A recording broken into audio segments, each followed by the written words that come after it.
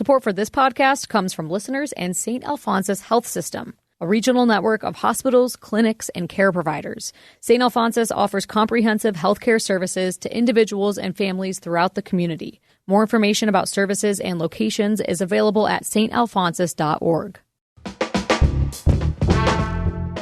From Boise State Public Radio, this is The Connector. It's Idaho's daily news. Good morning. I'm George Prentice.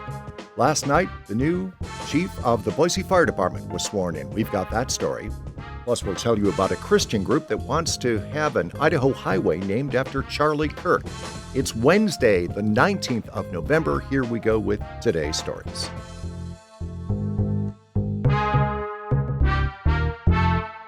The U.S. Supreme Court now has a date when they will hear arguments on Idaho's ban of transgender athletics.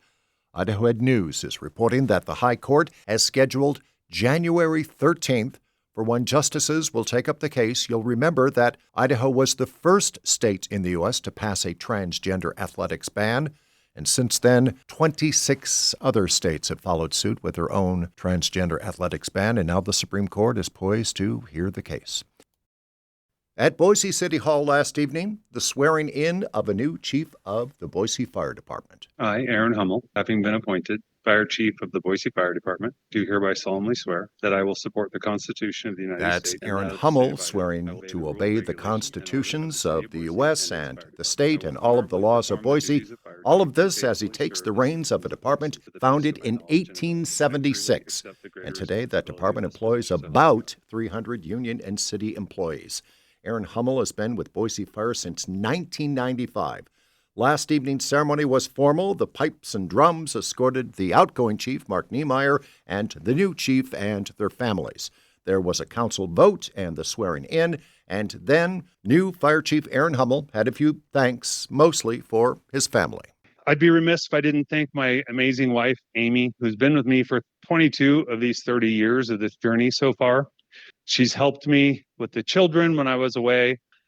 Being the parent of a first responder, in particular on shift work, sometimes you miss important dates. Sometimes we have to request Santa Claus, do a little bit of an alternative schedule for our neighborhood. But they were great, and I'm super proud of all of them. As of this morning, he's the fire chief for the city of Boise, Aaron Hummel.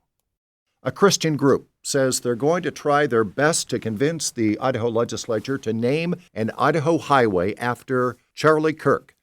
The Idaho Family Policy Center has been quite active at the State House lately, lobbying on issues such as drag shows in public places, regularly reading the Bible in public schools, and establishing what they call pro-life resource centers. Now they'd like to see State Highway 16 named the Charlie Kirk Memorial Highway. Highway 16 connects the communities of Emmett and Star. Yes, SNAP benefits are beginning to resume, but the recent shutdown revealed how many families are struggling to put food on their table with or without some assistance. Last evening, the city of Boise agreed to make a donation to the Boise Farmers Market to assist the program that allows some families in need to access more fruit, vegetables, and more at the market. The Boise Farmers Market always has a program where if residents bring their SNAP dollars to the farmers market, they match that up to $20 extra to spend at the market. When the SNAP benefits were paused this month, the Boise Farmers Market pivoted really quickly and opened their doors and came up with resources to give anybody with an EBT card $40 to spend at the market, no questions asked. This is Boise Council President Pro Tem Meredith Stead. It not only helped the residents that are shopping with that $40 that was provided, but it also, these are dollars that are being spent with local farmers.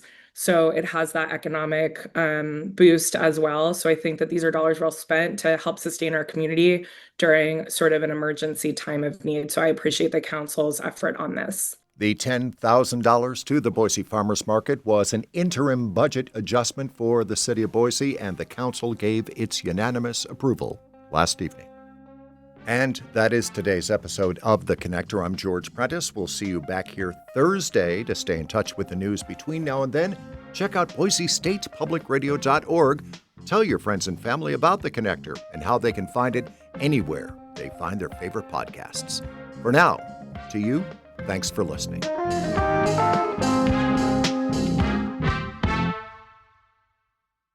Sources and methods, the crown jewels of the intelligence community.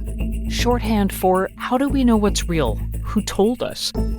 If you have those answers, you're on the inside, and NPR wants to bring you there. From the Pentagon to the State Department to spy agencies, listen to understand what's really happening and what it means for you. Sources and Methods, the new national security podcast from NPR.